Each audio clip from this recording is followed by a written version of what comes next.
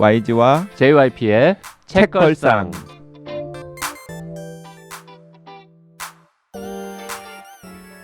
책에 관한 걸쭉하고 상큼한 이야기. YG와 JYP의 책걸상이 찾아왔습니다. YG 강량구입니다. JYP 박재영입니다. 자, 댓글 소개 먼저 시작하겠습니다. 잠꾸러기님, 우와, 제 댓글을 읽어주셨네요. 꼬냥, 미유, 초코는 저희 냥이들이에요. 초코는 재작년 멀리 떠났고 이제 꼬냥, 미유 두 냥님들만 모시고 있습니다. 근데 팟빵에서 오디오 클립으로 이사 왔더니 닉네임이 다르네요. 팟빵 홈에 제가 좋아하지 않는 사이비 언론인 얼굴이 대문짝만하게 뜨는 바람에 여기로 피신 왔어요. 댓글에는 사진이 하나씩만 올라오는데 이 아이가 첫째 고양이 꼬냥입니다 라고 이제 고양이 사진을 같이 올려주셨습니다. 네, 그리고 둘째 사진도 네. 올려주셨죠. 팟빵 홈에 잠꾸러기님이 좋아하지 않는 사이비 언론인. 네. 저도 별로 안 좋아합니다. YG도 싫어하는. 네. 네, 어둠 속으로 사라진 골든 스테이트 킬러 유혹하는 YG에서 제가 첫 책으로 야심차게 제안 드렸던 책인데 까였죠. 현장에서도 까이고 청취자들한테도 아니 그래도 까이고. 청취자들 몇 분 사서 읽으셨다고 댓글 달았잖아요. 네. 그런데 야호 땡땡땡땡님께서 이 책 사서 어제 다 읽었는데요.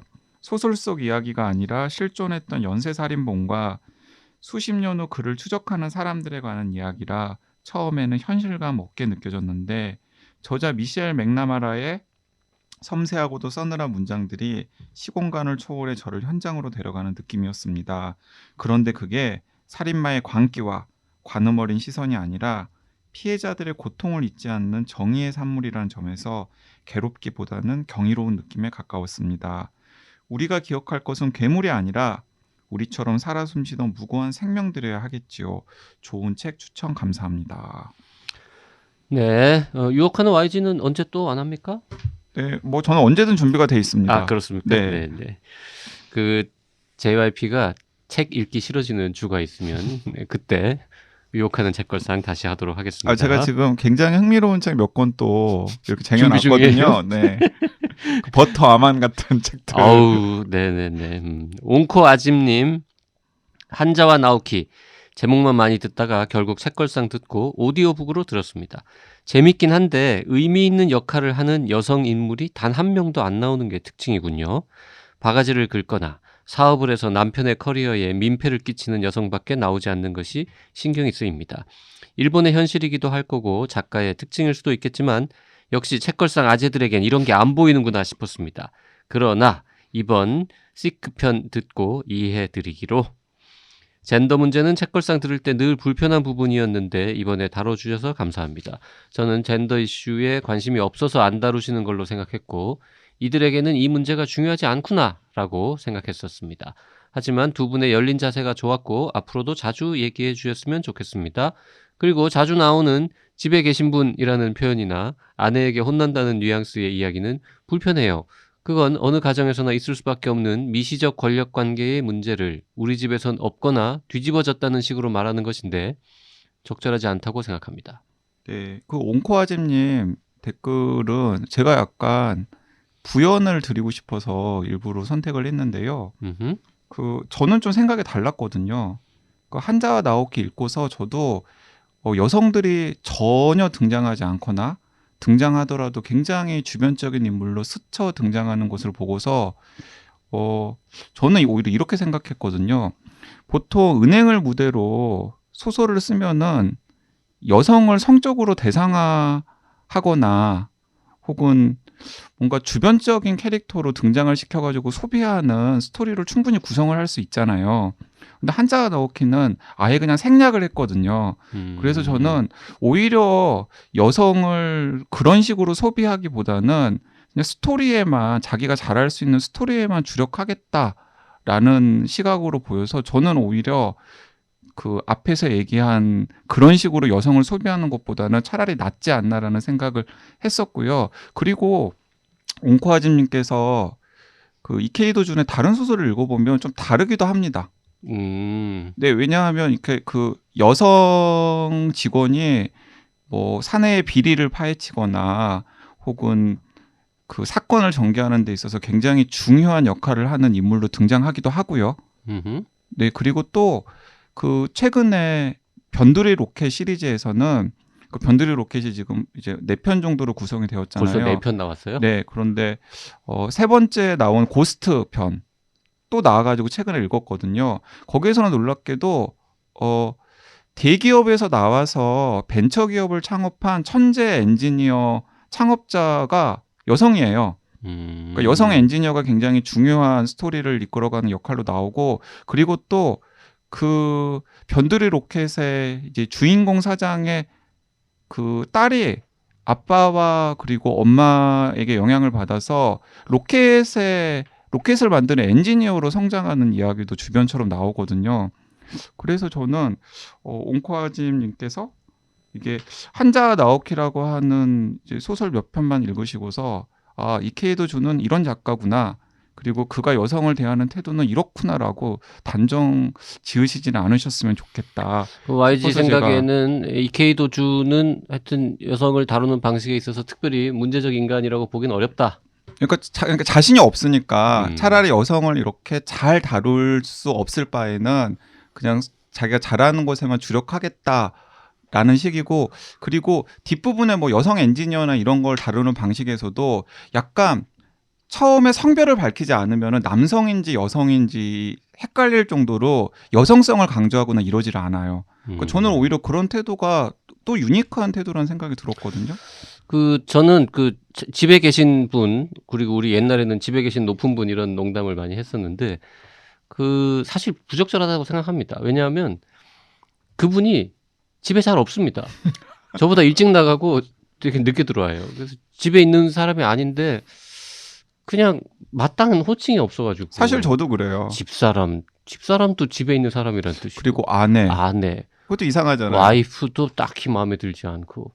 그래서 김원비처럼 자기 남편을 그냥 T라고 부른다든지 뭐 이런 거 하나 만들까봐. 예. 그리고 저는 가끔 이제 동거인이라는 표현을 썼는데 또 동거인이라는 표현에 대해서도 동거인은 아들 얘기를 할 때. 그러니까 아들도 동거인이고 사실은 엄마도 동거인이잖아요. 그런데 그것도 사실 적절한 표현은 아닌 거란 생각이 들어서 그냥 책걸상 처음부터 먼저 JYP가 쓰기 시작했고, 저도 그냥 이제 그 와이프를 표현할 때 뭐 집에 계신 분 혹은 집에 계신 높으신 분이라는 표현을 써서 암묵적으로 그냥 청취자들과 약속이 된 것으로 알고 있는데, 옹코아짐님이나 이제 다른 분들이 그건 별로 적절하지 않은 것 같다라고 하시니까 일단은 자제는 하겠는데, 사실은 옹코아짐님께서 지금 규정한 것 같은 그런 의미는 없다라는 거 다시 한번 말씀을 드리고 싶고요. 또 하나는 실제로 혼납니다. 저는 아주 많이.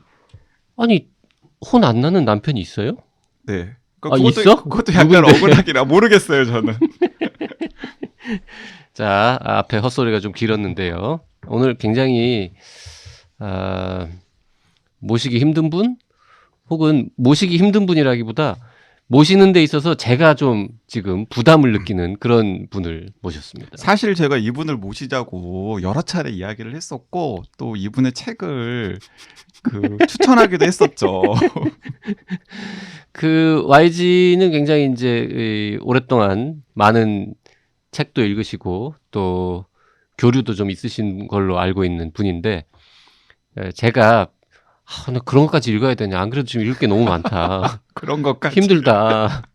좀 봐줘라. 뭐 이래가지고는 이제 미루다가 요번에 이제 굉장히 좋은 프로젝트로 책이 한 권 나왔는데, 이번에야말로 한번 모셔야 된다라고 해가지고, 그래서 제가 그냥 뭐 거의 이제 코를 꿰가지고 읽었습니다. 네, 참 오늘 제목부터 심오한데요. 철학의 욕조를 떠도는 과학의 오리 인형이라고 하는 제목만 들으면 도대체 무슨 책일까? 막 고개를 갸우뚱하게 만드는 책을 기획하고 또 집필자로도 참여하신 서강대학교 철학과의 서동욱 교수님 책걸상에 모셨습니다. 어서 오십시오. 예, 안녕하세요. 반갑습니다. 네. 근데 교수님 별로 안 반가운 표정이세요. 아니요, 너무 반갑습니다. 그 전에 이 댓글 읽어주시는데 너무 생각할 거리가 많아서 좀 골똘히 생각을 하고 있었습니다. 저의 경우라면 뭐 어떻게 해야 되는지. 네. 역시 철학자는 이런 댓글을 들으시면서도 철학적인 고민을 하시는군요. 그러니까 사실 그래서 서동호 선생님 편에 심오한 댓글들을 모아가지고 왔어요. 일부러 그런 거야? 네. 자, 서동욱 선생님. 저는 이제 이름은 들어봤지만 뭐 구체적으로 이렇게 자세하게는 몰랐는데요. 보니까 굉장히 훌륭하신 분이더라고요. 일단 직책이 막 근사한 게 여러 개 있습니다. 철학자, 시인, 시인, 문학평론가, 뭐 교수, 또 뭐 있죠? 에세이스트. 에세이스트, 뭐 책도 여러 권 쓰셨으니까 뭐 작가. 그 중에 가장 애착을 가지는 정체성은 뭡니까? 뭐 다 의미 있는 활동이죠. 뭐 좀 정성 없이 대답해서 미안합니다. 지금 약간 당황하셨어 지금. 이런 근본 없는 방송이 어딨나? 그 지금 그 책에 이제 이 날개에 여러 사람이 같이 작업한 거라서 이제 필자 이름들이 쭉 있는데 맨 위에 이제 첫 번째로 역근이 서동욱 해가지고 딱 나와 있는데요. 벨기에 루뱅 대학교 철학과에서 들뇌제에 관한 연구로 박사 학위를 받았다 이렇게 이제 시작을 합니다. 네. 이 문장을 보면서 대부분의 분들은 들뇌즈 뭐 이제 뭐 아시는 분은 이제 뭐 그런 어려운 철학자를 연구하셨구나 뭐 혹은 하여튼 뭐 철학자 이런 얘기를 할 건데 JYP는 이거 보고 뭔 생각 먼저 한 줄 압니까? 루뱅 거기 가보고 싶었는데 못 가봤네. 거기 스텔라 아르토아의 고향이잖아요. 거기가. 그렇죠. 맥주로 유명한데. 네. 그리고 서동욱 교수님이 맥주를 또 말술로 마시는 분이세요.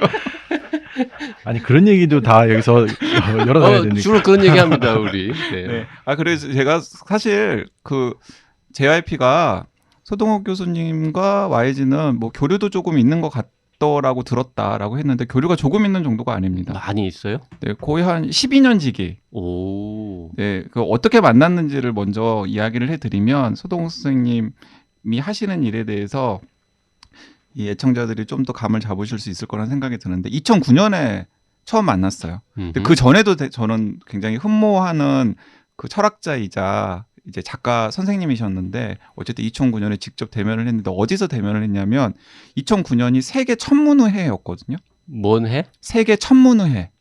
천문의회. 예. 천문학 할 때 그 천문학 할 때 천문. 네. 그래서 그 우리나라에서 그 세계 천문의회를 기념하는 여러 가지 부대 행사들이 많이 있었는데 거기에 이제 어떤 프로젝트가 있었냐면 과학자와 그리고 시인 철학자가 별에 관한 시를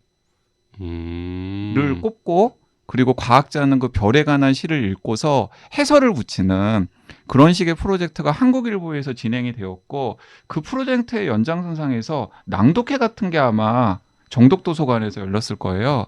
그래서 그 정독도서관에서 있는 행사를 취재를 하러 갔다가 취재가 끝나고 나서 이제 뒤풀이 때 서동욱 교수님을 처음 만났죠.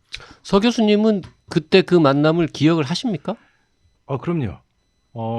이때 이제 나는 몰랐는데 이러면 반전인데 아깝네. 아닙니다. 그 뒤풀이 전에 행사 때도 같이 거기 있었고,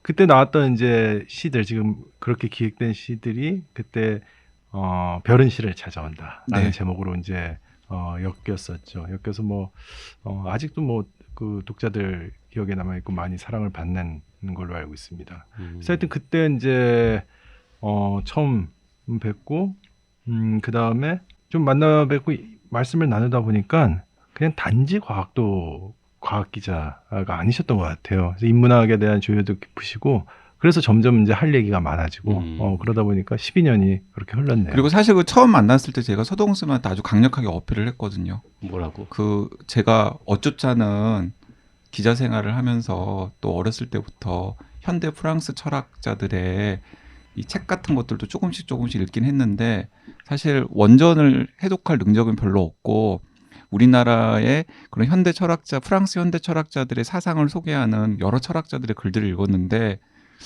제가 생각하기에 찐은 서동욱 선생님인 것 같다. 그렇게 저 대면에서 대면에서 제가 그 얘기를 했다고? 근데 서동욱 선생님이 그걸 부정하지 않으시더라고요. 고개를 끄덕이시더라고요. 아하. 네. 제가 칭찬받으면 당황해서 얘기를 못 하는 거예요. 내가 아무 얘기도 못 했던 거지. 그 고개 끄덕이지 않았죠. 아무튼 그렇게 첫 만남이 좋았고 서로 그래서 이제 12년 동안 교류를 하게 되었는데 그래서 이제 그 사이사이에 아마 책걸상을 오래 들으신 애청자분들은 기억하실 거예요. 중간에 그 철학연습이라는 책은 사실 책걸상 그 시작하기 전에 나온 책인데 이제 그 책도 서동훈 선생님이 이제 현대 철학의 여러 단면들을 굉장히 요령 있게 그리고 또 깊이도 잃지 않고 잘 정리해 놓은 책이거든요. 그래서 그 철학 연습이라는 책도 있었고요. 그리고 철학 연습이라는 책을 내고 나서 역시 책걸상 시작하기 전에 거의 직전에 나온 책이 이제 생활의 사상이라고 하는 철학 에세이를 묶어놓은 또 에세이집도 있었습니다. 이제 그런 책들을 책걸상 애청자들이 같이 읽어보면 좋겠다라는 생각이 들어서 제가 기회가 있으면 서동훈 선생님을 한번 모셔오고 싶다라는 생각도 들었고 또 생활의 사상 같은 경우는 아마 그 책 처방 같은 책을 추천할 기회가 있으면 제가 몇 차례 언급도 하기도 했었어요. 근데 계속 강조하지만은 거부하는 거예요. 이 JYP가. JYP가 무식해서 철학을 잘 모르고 재미없어 하는 걸 어떻게 하라는 거야. 철을 알 못인데. 정말 그러실 수가 있습니까? 계속 오늘의 실상을 알았네요. 아니 그래서 서동훈 선생님도 가끔씩 보면은 아니 왜 나 안 부르냐. 나는 언제든 나갈 준비가 되어 있는데. 그 여기서 이제 약간 반격을 하자면 새 책을 이런 이제 예를 들어서 그 생활의 사상 혹은 철학 연습 이런 정도의 이제 대중성을 좀 갖춘 새 책을 내셨으면은 조금 더 저희가 빨리 만났을 수 있는데 그 동안에는 이제 이런 책을 좀 덜 내시지 않으셨습니까? 뭐 오늘 만나 뵙게 된 것도 뭐 너무 좋습니다. 다음에 또 만나면 되죠. 그럼요. 네. 실제로 지금 굉장히 역절을 하나 준비하고 계시는 걸로 알고 있어요. 네. 예, 맨날 입에만 달고 사는 책이 하나 있습니다. 뭐 사람들이 맨날 언제 완성되냐. 그럼 쓰고 있다가 고정된 대답이라서 이제 좀 미안하더라고요. 근데 제가 오래도록 생각해왔던 주제가 도대체 타자는 누구인가? 다른 사람이라는. 우리는 뭐 언제든지 더불어 살고 있지 혼자 사는 게 아닌데 벌써 표정 보니까 좀 안 좋으신 것 같아요. 마음에 안 드시니까. 아니 근데 최근에 그 JYP나 제가 타자에 대해서 관심이 없다고. 그러니까 뭐 여성이라던가 장애인이라던가 뭐 이주노동자라던가 난민이라던가 이런 그 우리가 얼른 떠오르는 그런 타자들. 약자 내지는 소수자를 타자라고 하는 거예요? 타자는 나 아닌 모든 사람이 타자 아닙니까? 그런데 그게 이제 의미 있게 주제화될 때는 지금 말씀하시는 그런 약자, 소수자 그런 거고 그런 거예요. 또 뭐 이건 그리고 대단히 구체적이고 그런 개념인데 어떤 점에서 그런가 하면 사실 코로나 시대가 알려준 게 우리가 물리적으로는 서로 분리되어 있는 사물이라 갖고 혼자 있는 것처럼 생각하지만 코로나 시대가 딱 알려주는 게 뭔가 하면 우리 존재는 타인과 더불어 있는 자다. 타인과의 관계성 속에 있는 자다. 이걸 사실 알려주는 거거든요. 네. 왜냐하면 늘 거리두기의 문제가 등장하지 않습니까? 뭐 이런 거부터 시작해서 그야말로 어떤 세상의 근본으로 들어갈 수 있는 하나의 통로가 되는 그런 화두, 개념, 이게 타자라고 생각이 듭니다. 그래서 그걸 지금 작업을 하고 있고 이렇게 책은 안 나왔는데 먼저 책 소개부터 하는 이것도 처음 해보네요. 그런 소개를 여러 번 하잖아요. 네. 그러면 책이 빨리 나옵니다. 맞아요. 민망해가지고. 네. 그럴 것 저도 같습니다. 그 방송에서 지난 연말에 나온 책 네. 쓰고 있다는 얘기를 쓰는 내내 했거든요. 네. 그래서 더 열심히 써가지고 빨리 나왔습니다. 저는 이제 오늘 방송 들어오는 컨셉이 청취자들도 철학과 관련해서는 그냥 나랑 별반 차이가 없을 것이다라는 가정하에 되게 이제 바보 같고 수준 낮은 질문을 막 던지는 그런 역할을 하기로 마음을 먹었습니다. 그리고 책을 뭐 이렇게 대충대충 어려운 부분은 넘겨가면서 읽었는데 정말 제 마음이 뭐였냐면 쭉 읽다 보니까 이게 검은 것은 글자고 흰 것은 종이로구나. 그 정도는 아니죠. 이 책이. 네, 어떤 점에서 제 생각에 뭐 모든 책에 대해서 그렇게 말할 수는 없을지 몰라도 좋은 책은 그냥 이렇게 훑어보는 사람들한테도 그만큼의 도움과 즐거움을 주고 그 다음에 자세히 들어가는 사람들한테는 계속 생각해 볼 거리를 주고, 음흠. 이런 방식으로 좀 다층적인 독서를 가능하게 해주는 책이 좋을 것 같은데, 이건 뭐 표지부터 너무 좀 이렇게 아이들부터 즐길 수 있는 책 같지 깜찍해 않습니까? 보입니다. 그 되게 읽기 힘들긴 했는데 저한테는 약간 이제 놀라웠다 그럴까요? 인상적이었던 거는 옛날의 철학자들 제가 이제 별 관심 없어가지고 국민윤리 시간에나 이렇게 좀 보고 뭐 이런 뭐라 그러지 이렇게 되게 그 수준 낮은 철학 뭐 관련된 책들에서 이렇게 몇 줄씩 나오고 소개되는 진짜 옛날 사람 그런- 국민윤리래. 국민윤리. 요즘 뭐라 그러지? 그냥 윤리인가? 하여튼 아무튼 그런 철학자들이 유명한 철학자들이 이 사람들이 의외로 다 과학자들이었네라는 맞아요. 놀라운 사실을 지금 이 책을 통해서 깨달았습니다. 자, 내용으로 쑥 들어가면 애청자분들께서 당황하실 수 있으니까 일단 제목 이야기부터 좀 풀어보면 좋을 것 같다는 생각이 드는데요. 제목이 철학의 욕조를 떠도는 과학의 오리 인형. 굉장히 심오한 제목인데 이 심오한 제목을 또 서동욱 교수님께서 지으셨다면서요. 예, 맞습니다. 그리고 굉장히 뿌듯해하셨다면서요. 누가 그런 얘기를 또. 근데 실제로 표정이 뿌듯한 표정이세요 지금. 앞에 조금만 읽으면 무슨 뜻인지 이해할 수 있기는 하던데 네. 일단 설명을 좀 해주시죠. 근데 진짜 제목은 저는 그야말로 직관적으로 책 전체를 알려 줘야 된다. 네. 그런 제목이 좋겠다. 그렇게 생각하고 심오하다기보다도 즐거운 제목 아닙니까? 즐겁지 않습니까? 네, 즐거워요. 예. 표지는 확실히 즐겁습니다. 일단 그 우리 목욕탕에 있는 그 노란색 오리 인형이 네, 물 위에 이렇게 떠 있는 모양이라서 예. 그러니까 그야말로 제가 궁금했던 건 그런 거였습니다. 이게 만약에 과학의 오리 인형이 떠다닌다면은 사람들은 지금까지 그 오리 인형이 어떻게 움직이는지, 속에 어떤 원리가 들어가 있는지, 이제 이런 것들은 많이 연구하고 또 어떻게 더 오리 인형이 잘 헤엄칠 수 있을까 이런 것도 연구를 하고, 이게 뭐 보통 얘기하는 과학의 발전 아니겠습니까? 그러니까 과학이 오리 인형인 거죠. 그렇죠. 네네. 예. 그런데 이제 그렇게 과학이 움직이도록 해주는 밑에 부력을 제공하는 게 도대체 뭘까? 그 힘이 과학이 가장 밑바닥에 있는 게 아니라면은 밑에서 과학을 이렇게 떠오르게 하는 그 힘은 뭐였을까? 그게 혹시 철학자들이 생각했던 게 아닐까? 그런 관심을 좀 표현하고 싶어서 이렇게 제목을 지어봤습니다. 그러니까 오리 인형이 부여할 수 있도록 밑에서 받쳐주는 욕조의 물 네. 같은 존재가 어쩌면 철학이었지 않을까라는 문제의식에서 이 책의 기획이 처음 시작이 되었군요.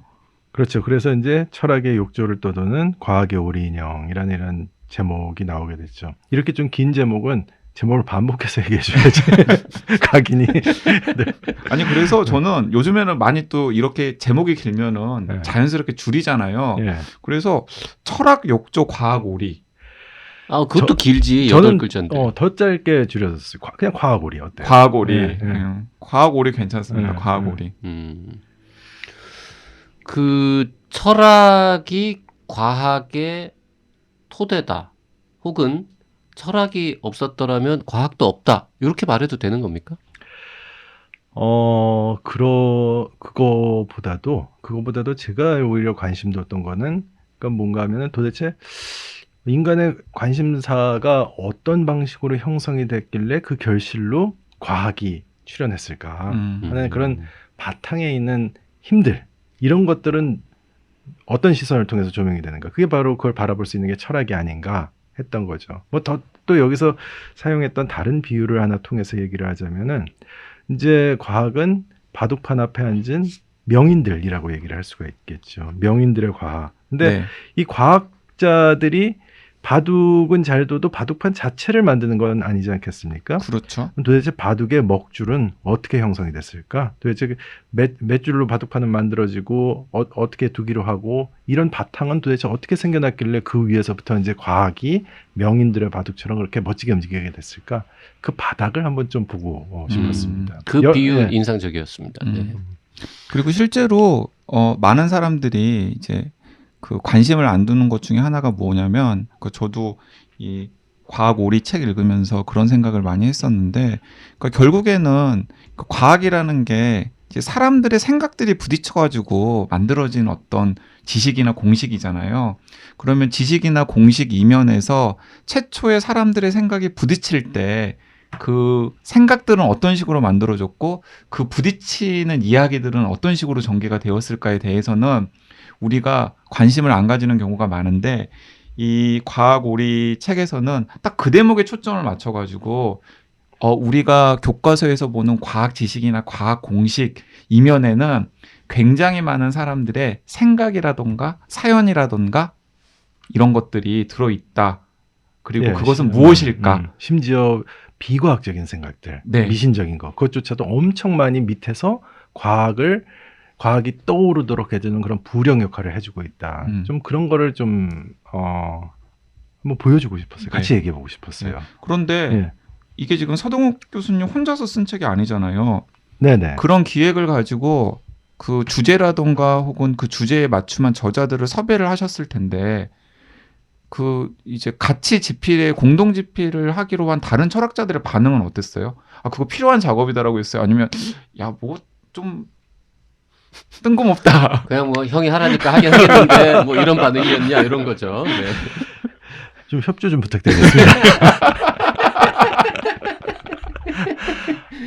아니 뭐 뜬금없다고 생각을 하셨으면 참여 안 하셨겠죠. 모두 이런 철학자들의 작업이라는 거, 과학사 내지 과학 이론이 무엇이었는지 이걸 잘 보여주는 작업도 많았던 것 같아요. 그리고 철학자들이 해왔던 작업이 무엇인지를 또 잘 보여주는 작업도 많았던 것 같아요.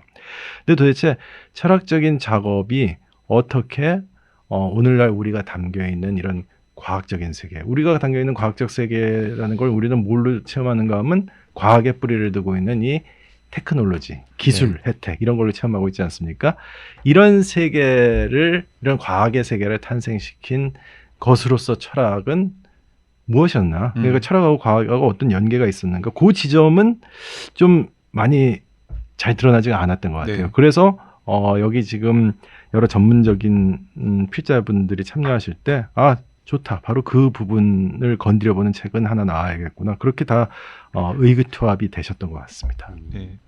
그 10분이 참여를 하셨고 각각 이제 한 편씩 쓰셨는데 이 저자의 이력을 쭉 보면서 한 가지 흥미로웠던 게 10분이 쓰셨는데 7분이 유럽에서 박사학위를 받으셨고요.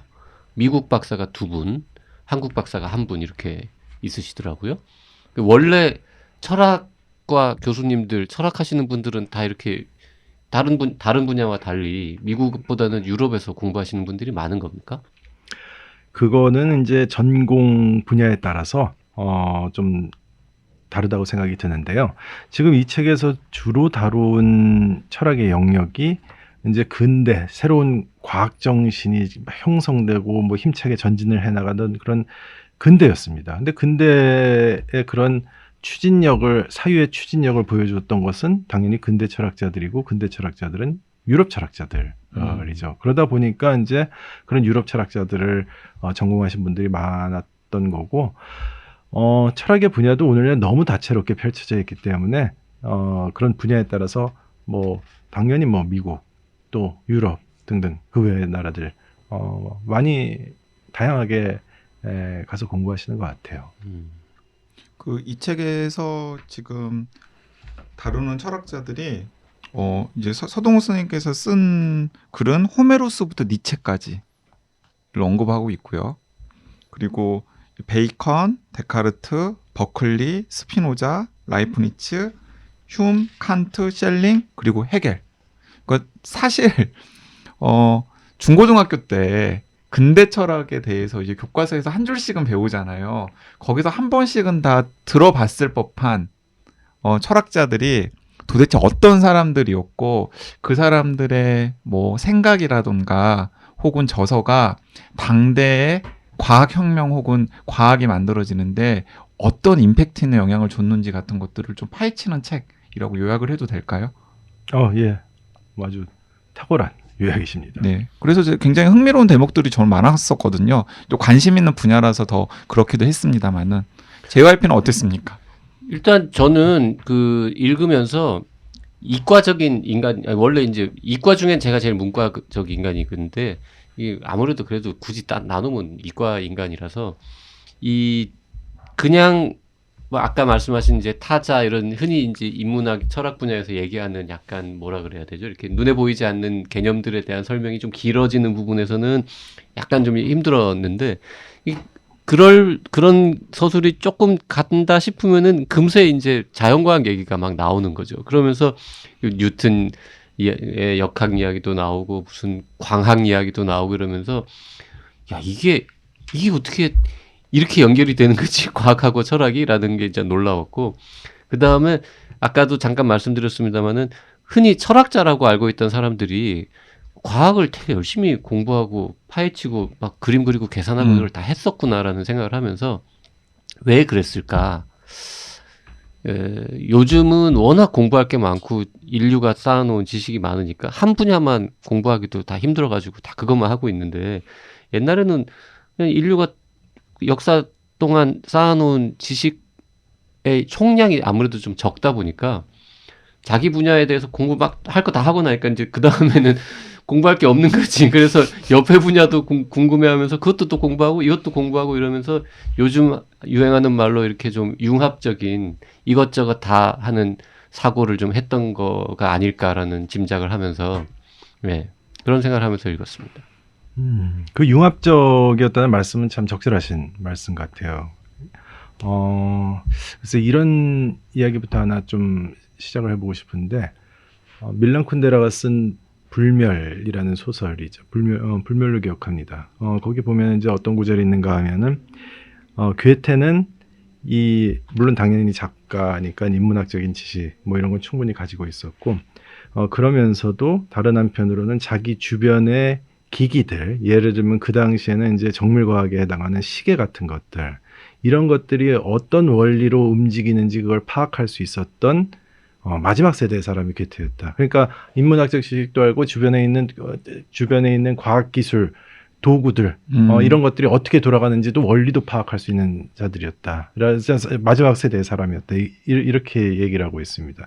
그러니까 괴테하는 거는 그 이후에는 오늘날은 말씀하셨던 것처럼 너무 전문화돼서 우리는 자기 분야 건너가면은 전혀 캄캄이 모르게 아무것도 모르죠 사실. 이거는 어떤 점에서는 뭐 그 전문화가 계속 추진돼야 되고 그런 긍정적인 면이 있지만 어떤 점에서는 좀 불행했던 거죠. 근데 이 근대의 학문적 야심을 가지고 있었던 사람들, 과학적 야심을 갖고 있었던 여기 다루어지는 사람들은 바로 그렇게 인간 이성이 인간 자체에 대한 이해, 뭐 오늘날은 인문학이라고 한다면 인문학, 그 다음에 과학적 지식을 통해서 자연 세계가 어떻게 돌아가는지 이해하는 것, 이걸 모두 한 인생 안에서 인간이 모두 다 총체적으로 지식으로 구성할 수 있다라는 그런 좀 부러운 꿈을 가지고 학문을 할 수 있었던 시대의 사람들이었던 것 같아요. 제가 그런 면에서 제 짝꿍 YG를 평소에 깊이 존경하고 있습니다. 괴테 이후에 뜬금없이 사라진 이것저것 다 열심히 공부하면서 두루두루 조예가 깊은 융합형 인재가 아닌가. 네. YG 칭찬하는 시간이 온 것 같아서 저도 한 말씀 드리면은 진짜로 이렇게 말을 건네보면은 답답하게 딱 막힌다는 느낌이 드는 분들도 있잖아요. 근데 그게 아니라 뭐 인문학이면 인문학, 과학이면 과학, 어느 쪽으로든 이렇게 술술 잘 길을 만들어서 같이 얘기가 지나갈 수 있도록 해주시는 분인 것 같아요. 이분들이 왜 이러시는지 모르겠는데 어쨌든 그 전의 주제로 들어가면 저는 그래서 이 책에서 그 인상 깊었던 철학자들이 굉장히 많은데 사실 그 장을 시작할 때마다 그 장에서 관심을 가지는 철학자들에 대한 간략한 인물평을 이렇게 독자들한테 제시한 다음에 그 본론으로 들어가잖아요. 네. 근데 그 중에서 이제 흥미로운 대목들이 상당히 많이 있는데 한 가지만 소개를 해드리자면 우리 책걸상 같이 진행하는 크루 중에 혼비 작가가 굉장히 좋아하는 그 21세기 들어서 더 주목을 받는 스피노자라고 하는 네덜란드 철학자가 있는데 스피노자는 지금까지도 많은 현대 철학자들이 계속해서 다시 읽고 음미하는 훌륭한 철학자이기도 하지만은 또 당대에는 1급의 렌즈를 깎는 기술을 보유한 장인이었잖아요. 그래서 진짜 그 렌즈를 깎는 기술로 안경을 만들기도 하고 뭐 망원경 렌즈 같은 것들을 만들기도 해서 생계를 꾸려나갔던 것으로 알고 있는데 저는 그런 것도 굉장히 애초에 알았던 지식이긴 하지만 흥미로웠는데 또 이 책의 그 스피노자 편을 보니까 당시만 하더라도 렌즈를 깎는 기술이 마치 비유하자면 오늘날의 반도체 연구처럼 최첨단 직업이었다. 그리고 또 렌즈를 정밀하게 깎기 위해서는 빛의 과학, 광학에 대한 당대의 여러 가지 지식들을 다 흡수를 했어야 됐기 때문에 그래서 당대의 훌륭한 과학자들과 계속해서 교류도 하고 또 그 과학자들은 또 우리가 지금 철학자로 기억하는 스피노자의 그 광학에 대한 여러 가지 작업들에 대해서 관심을 가지고 뭐 이런 것들도 저는 굉장히 흥미롭더라고요. 예, 뭐 여담이지만 말씀 나왔으니까 얘기해 보면은 그 하위언스 같은 그런 과학자도 스피노자의 렌즈를 되게 높이 평가했다고 그럽니다. 그러니까 그 당시에 하여튼 과학자라면은 빠질 수 없는 관심이 천문에 대한 관심이고 그러자면은 관측기구가 필요한데 스피노자가 되게 좋은 그런 렌즈를 제공을 했었죠. 네. 그 반도체 관련 최고 기술 보유자 이런 사람이 뭐 시도 쓰고 소설도 쓰고 철학도 하고 뭐 이런 셈인 거죠. 이런 요즘으로 셈이었던 따지면. 네. 이 각각의 글 9편, 그러니까 첫 번째 쓰신 교수님이 직접 쓰신 거 빼고 나머지 9분들은 다 한 명의 철학자에 대한 글을 주로 쓰셨는데 선생님도 그 들레즈에 대해서 하나 쓰셨어야 하는 거 아닌가 이런 생각도 사실 했는데 좀 요즘 사람이라서 빠진 겁니까 들레즈는? 예, 그런 면이 있고요.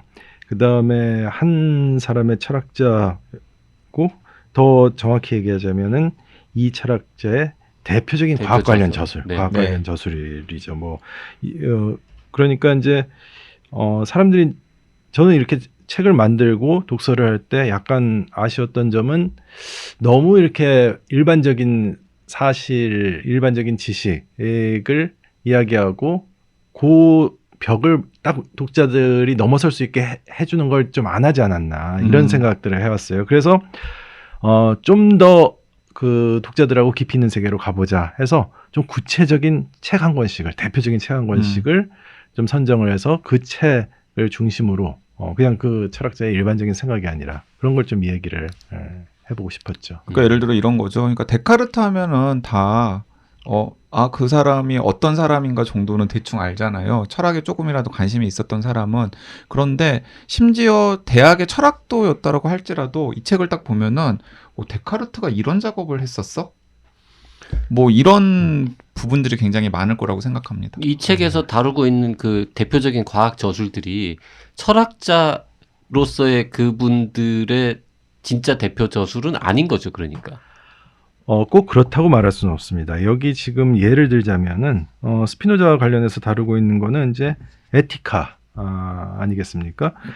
뭐 이런 건 이 지금 과학 관련 과학의 측면에서 접근을 하고 있지만 스피노자의 이제 대단히 중심이 되는 주저가 되는 거고요.